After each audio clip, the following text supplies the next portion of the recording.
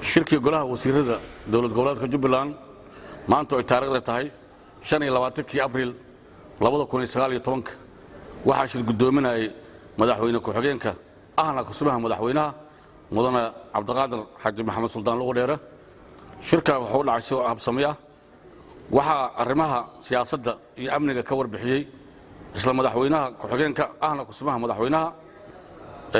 waxa kale oo warbixin halkaas ka soo jeediyay wasaaradda biyaha iyo tamarta ee macdanta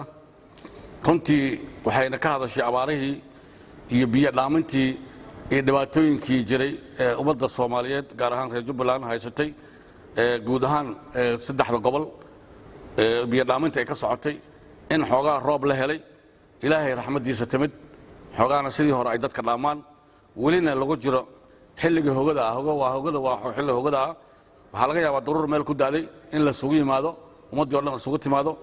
oo laba maalmood biyihii lagu dhameeyo waxa suuragal ah markaas oo kale xilliga waxa way kala guurka ay biyo roobka iyo maxay ahayd gilaalka kala guurkiisa ayadana in sidii hore gacanta looga hayay ya loola socdo xaaladooda in loola socdo ayuu soo jeediyay waxa kale oo runtii halkaas ka hadlay oo warbixin aad iyo aad qiimo badan ka soo jeeday wasiirka beeraha iyo waraabka Jubbaland wuxuuna sheegay runtii fatahaadyo fara badan oo dhici jiray fatahaadiyadaas oo sabab u ahaa meelo badan ilo badan oo wabiga kamid ah oo furnaa oo aad u furnaa oo biyaha markuu wabiga keenaba isla markii haday tuulo tahay iyo haday dalag tahay baabi'in jiray wuxuu sheegay ilaa iyo goobo fara badan ka soo bilaab baarsan guuni ilaa goobeen lagu keeno meelo badan oo wabiga ka fatihi jiray inay si isxilqaan ah iyadoo aan laga caawinin cid kale makiinad ay dawladda leedahay iyo wasaaradda beeraha iyo dawladda isla kaashadeen Jubbaland dawladda Jubbaland inay intaas oo aad iyo aad biyo dhibaato uu sameyn jiray dadka fatahaadyo ama tuulooyin laga soo qaxi jiray maanta ay xiran yihiin hadii ilaahay ayuu soo jeediyay waxa kale halkaas ka hadlay wasiirka xogeenka caafimaadka isna wuxuu ka hadlay shirar xagga caafimaadka ka dhacay ee agaasimaha guud ka qayb galay wasaaradda waxa kale halkaas ka hadlay wasiirka waxbarashada wasiirka xogeenka waxbarashada iyo hidaha iyo tacliinta sare wuxuu aad iyo aad runtii kaga hadlay waxay ahayd in imtixaankii kalaaska 8aad ee dowlad goboleedka Jubbaland dhamaantii saddexda gobol la qaadi doono mar dhow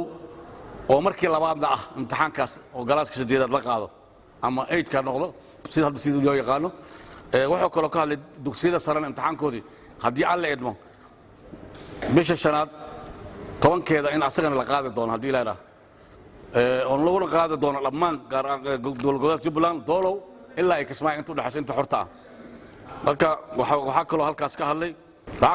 ka hadlay wasiirka xogeenka caafimaadka oo hore u sheegay oo asal sheegay barnaamij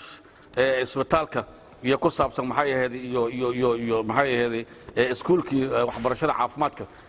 wacaf la dhihi jiray oo ardayda ay ka soo bixi jirtay 3 sano isagana hadii alla idmo in mar dhow howlihiisa lagu jiro marka arrimahaas laga hadlay shirkana si habsami u dhacay wabillahi tawfiiq assalamu alaykum wa rahmatullahi wa barakatuh